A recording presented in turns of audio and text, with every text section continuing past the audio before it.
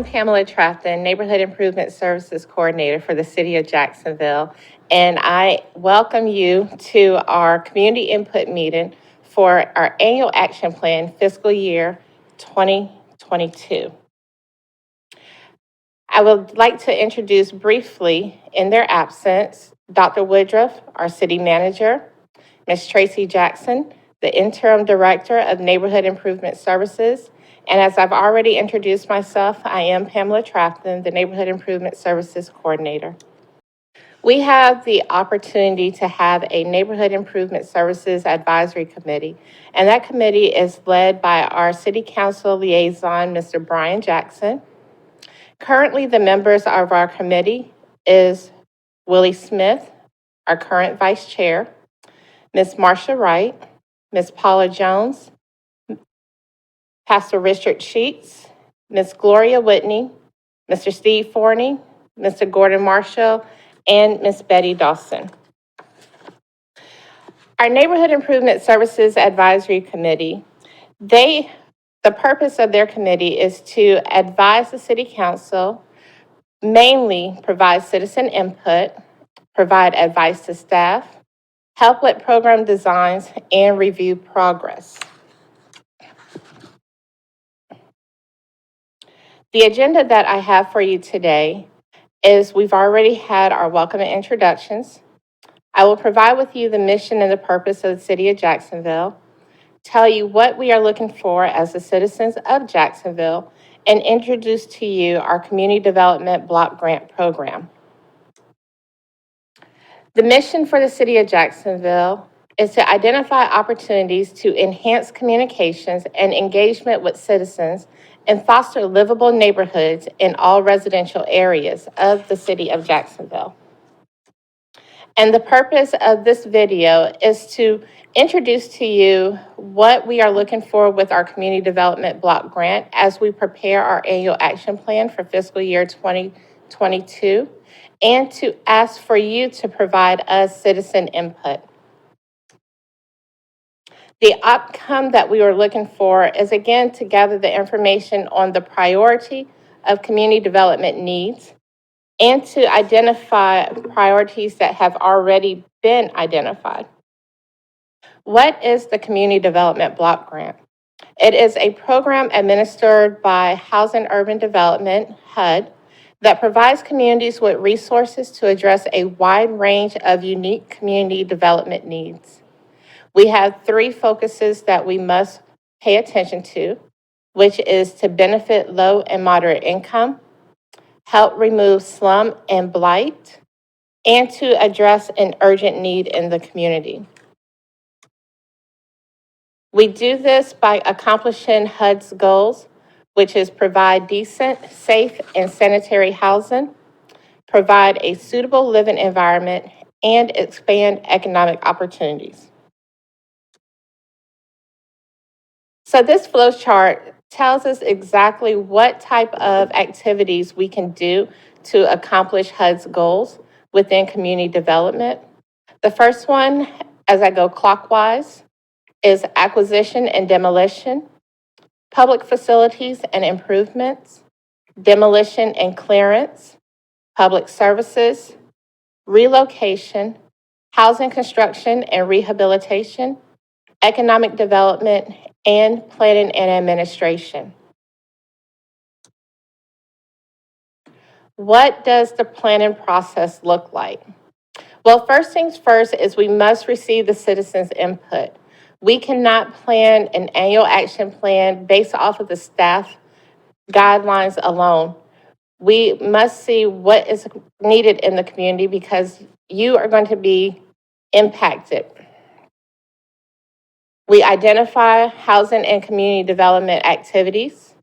We expect to receive $372,980 in community development block grant funds for fiscal year 2022, and approximately $238,000 in program income.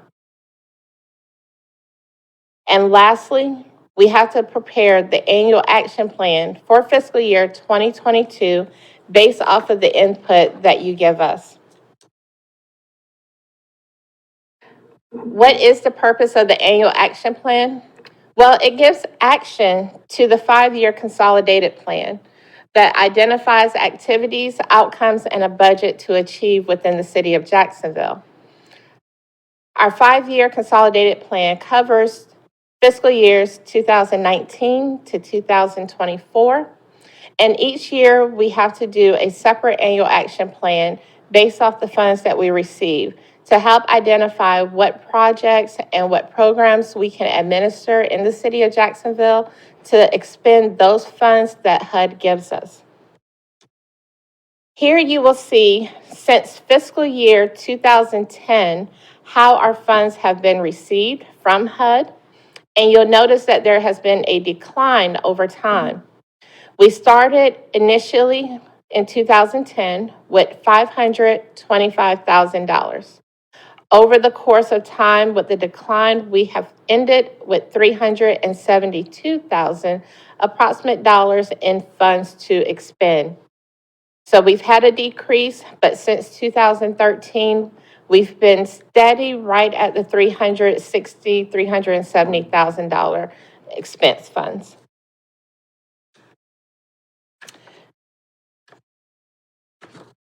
We know that there are a ton of ideas that you have, and we look forward to hearing it.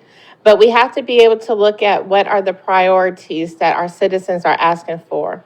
We know that the needs will outweigh the resources, and that's why we depend on you providing the input to help us decide on how to best spend the money. Our current target areas have been based off of the census data, and currently our census data has identified Georgetown and New River from the 2010 census. We have not gotten the results back from our 2020 census, and I'm saddened to say that we only had approximately 55% response rate on the 2020 census. What does that mean for us in Jacksonville? That there are 45% of our population not accounted for, that the funds could be decreased based off of that census data. They're saying there's not enough people here in Jacksonville for us to spend the money on, and we know that's not the case. So in the next 10 years, when the census comes back around in 2030, tell all your friends, tell all your family, to make sure they fill out the census data because our funds depend on it. Since Georgetown was identified as one of our target areas from the 2010 census, we have been able to provide funds to this area specifically, and want to just show you how the community development block grant funds are utilized. It allows us to do increased police and fire protection, provide annual street paving and maintenance, assist with ditch maintenance, garbage collection, and water and sewer. We have been able to install this year a brand new bathroom at the Georgetown Park, provide the picnic shelter, basketball court remodel, playground equipment, and you'll see some new playground equipment coming for the new year. The fitness equipment and trail that has been installed at Georgetown Park, and provide the neighborhood connection. From a dollar cost, so you can see dollars to projects, we have assisted 11 households with residential rehab for an estimated cost of $321,785. We have removed sum and blight through demolition and clearance, 20 homes for $72,137.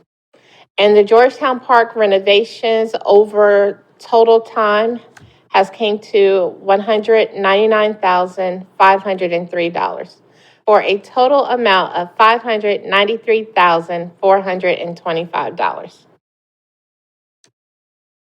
Our projects that have been upcoming throughout the year that have now been complete are the sidewalks on Georgetown Road and Broadhurst and the new Georgetown Park bathroom.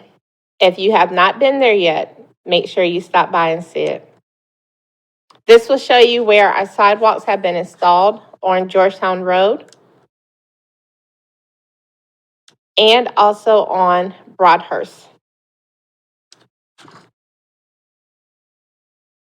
Based off of the 2010 Census Tract, New River and Georgetown neighborhoods have been identified as our current target areas where we can expend funds as an area.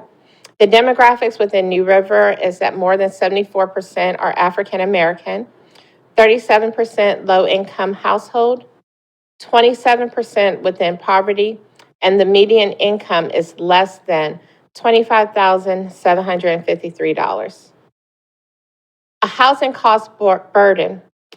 What is a housing cost burden? If you take your income and times it by 30% monthly, you do not want to extend over 30% for a housing cost. That's rentals or mortgage. And we'll see here that within New River, 44 to 59% is how much of a person's monthly income they are spending on housing costs.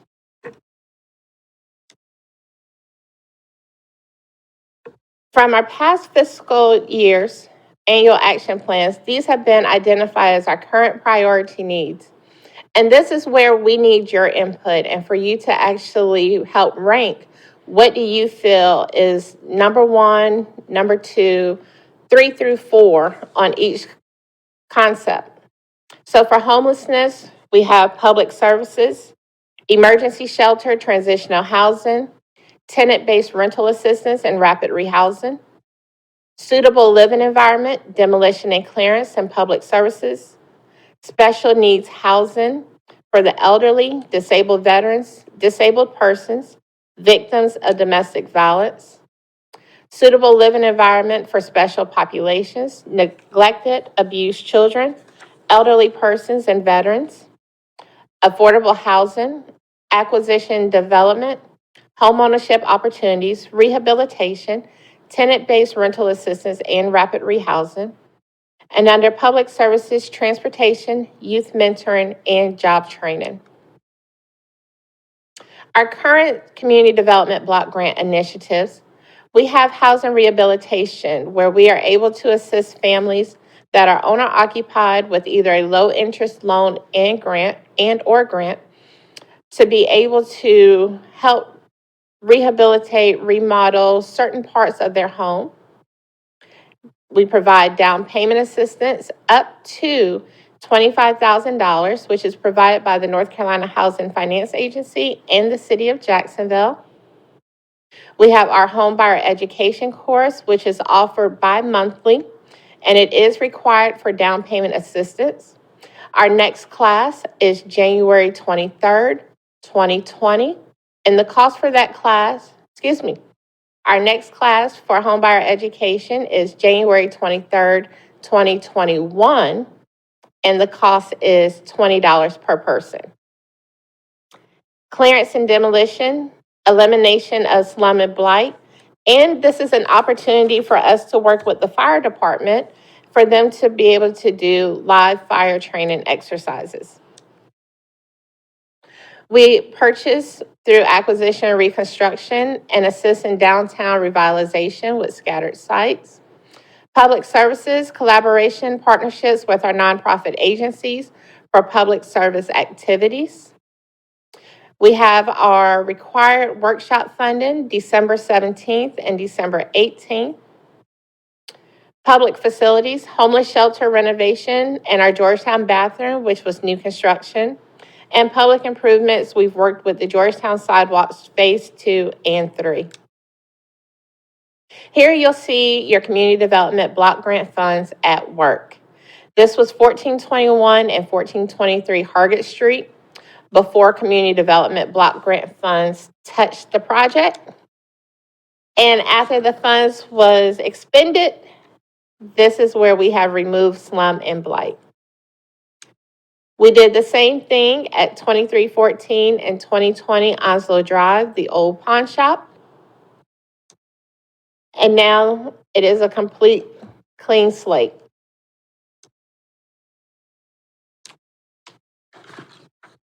So now that you have seen what our funds have done for City of Jacksonville in the past, I ask you again to provide input and tell us how can we spend our funds in 2022.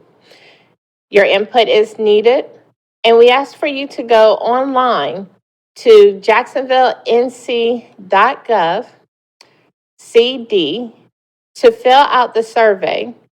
It will take you just a few minutes to fill out and provide your input, and also give you an opportunity to enter into our $25 gift card for completing your survey. So we don't want you to miss an opportunity to have lunch on the City of Jacksonville.